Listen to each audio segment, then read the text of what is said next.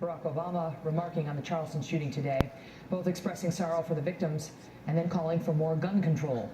The president went on to make some controversial claims about mass shootings, and we'll get to those in a moment with Dana Lash, who is here, along with Nomiki Konst.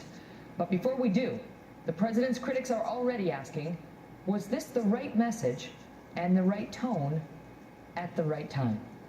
Dr. Ben Carson also shared a message with America about the shooting today. He is a Republican candidate for president.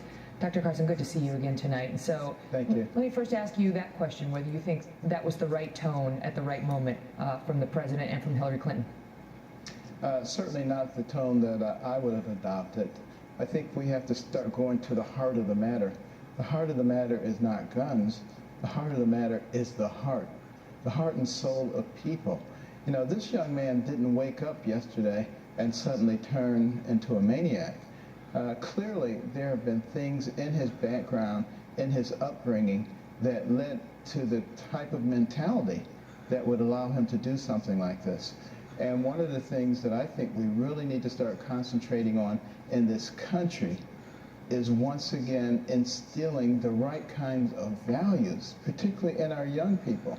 You know, we're so busy giving away all of our values and principles for the sake of political correctness that we have people floating around out there with no solid foundation of beliefs. Mm-hmm. And I mean, we saw today so many people rush to the dark place. You know, one guy saying, this shooter watched too much Fox News. One person who used to work for the Obama administration ripping on Nikki Haley because she allowed the Confederate flag to stand in South Carolina, as if there's any evidence that anything like that would lead somebody to commit mass murder. You came out with a piece talking for more tolerance, for more togetherness, for more understanding, and less hate. Absolutely. It's destroying our nation.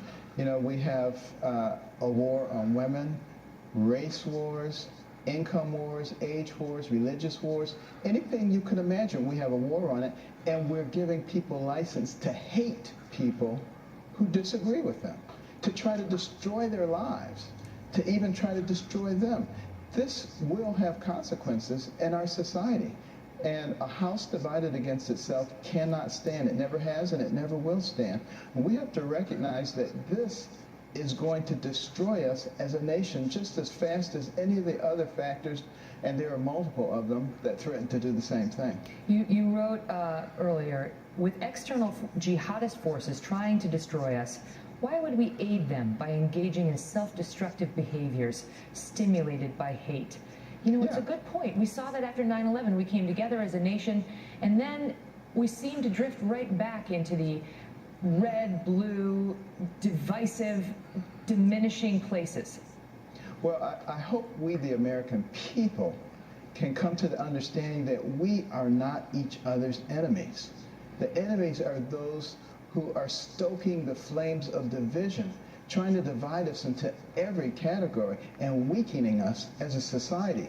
You don't have to be all that observant to see what's happening to us. We must wake up, people, and recognize who the real problems are. They are the purveyors of division and hatred within our society. Mm-hmm.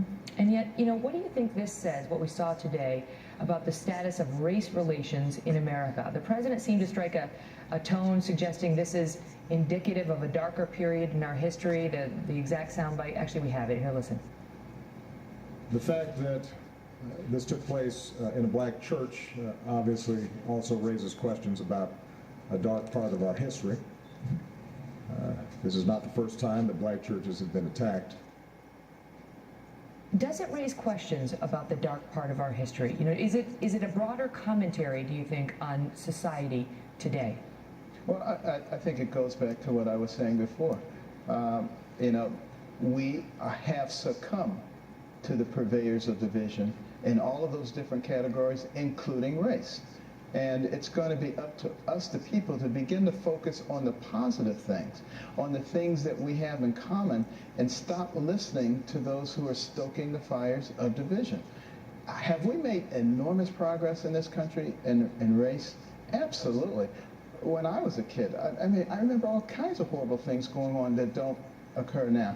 But is the problem solved? Of course it isn't. But we need to work at it in a constructive way. As long as there are people with small minds, you're going to have these kinds of problems. But we cannot generalize and say, because this happened, you know, the whole place is going to pot. And let's be optimistic, and let's look at the ways that we can solve these problems together. Dr. Carson, great to see you. Thank you for being with us on a night like this, Thank you, Megan. especially. Pleasure.